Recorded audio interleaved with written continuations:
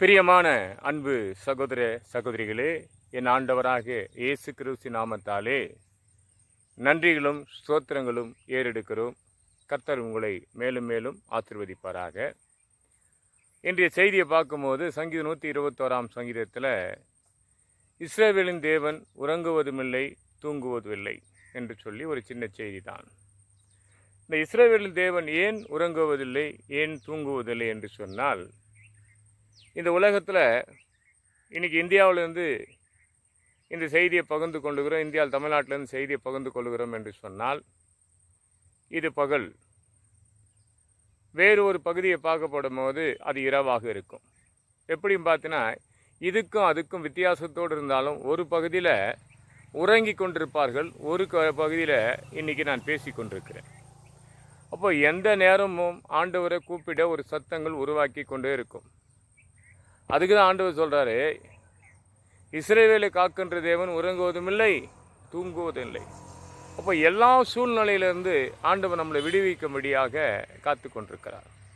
இன்றைக்கி மனிதனுடைய வாழ்வை பார்க்கப்படும் போது எந்த நெருக்கடிகள் என்ன போராட்டங்கள் வந்தாலும் இஸ்ரவேல் தேவன் காப்பதிலையும் பார்க்கறதிலையும் பாதுகாப்பிலும் இரவும் பகலும் நம்மளை காத்து கொண்டிருக்கிற தேவன். பார்க்குற அன்பு சகோதர சகோதரிகளே, இந்த உலகத்தில் அநேக காரியத்தை கொடுத்து நம்ம பேசி கொண்டே இருப்போம் இல்லையா, செயல்பட்டு கொண்டே இருப்போம்.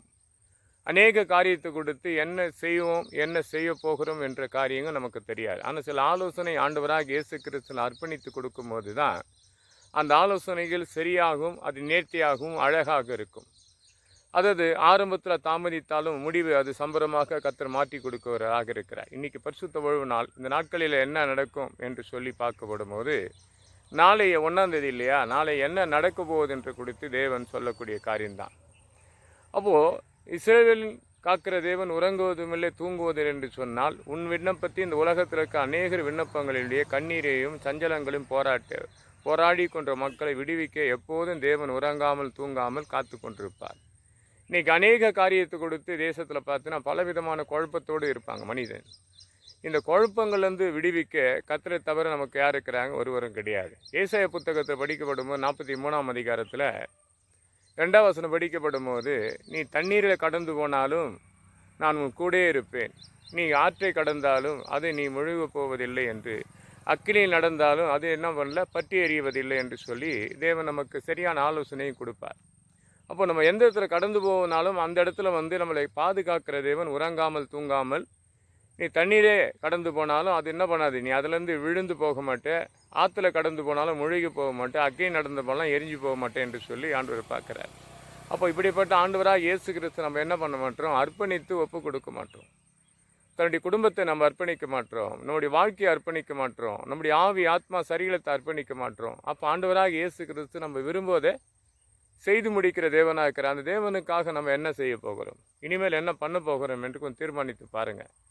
இப்போ மாதம் துவக்க போகுது, 7ஆம் மாதம். இன்னும் என்ன பண்ணுறோம்? பல விஷயத்தில் நம்ம விழுந்து கிடக்கிறோம், எழுந்துக்க முடியல. எப்படியாப்பட்ட கஷ்டத்தை கொடுத்து நெருக்கடியை கொடுத்து மனிதனிடத்தில் ஆலோசனை கேட்டுக்கொண்டு திரிந்து கொண்டிருக்கிறோம்.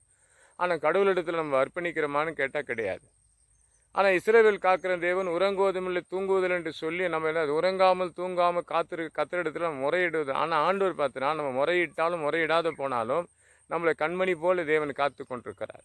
பார்க்குற அன்பு சகோதர சகோதரிகளே, என்ன மாதிரி பிரச்சனையாக இருந்தாலும் இந்த புதிய மாதத்தில் என்ன நடக்குன்னு நினைக்காதீங்க. இந்த புதிய மாதத்தில் கர்த்தர் உன்னை காக்கின்றவர் உறங்காமல் தூங்காமல். இந்த ஆண்டு எந்த விண்ணப்பத்தை நீ அர்ப்பணித்து ஒப்பு கொடுத்தியோ அந்த விண்ணப்பத்தின் பதில் அதிசயங்களை காணத்தக்க கர்த்தர் உனக்கு செய்ய போகிறார். பார்க்குறங்க, அந்நிய கண்களில் உன் சொந்த கண்ணில் காணும்படி செய்வார். கர்த்தர் இந்த வார்த்தைகளை ஆசீர்வதிப்பாராக. ஆமேன், ஆமேன், ஆமேன்.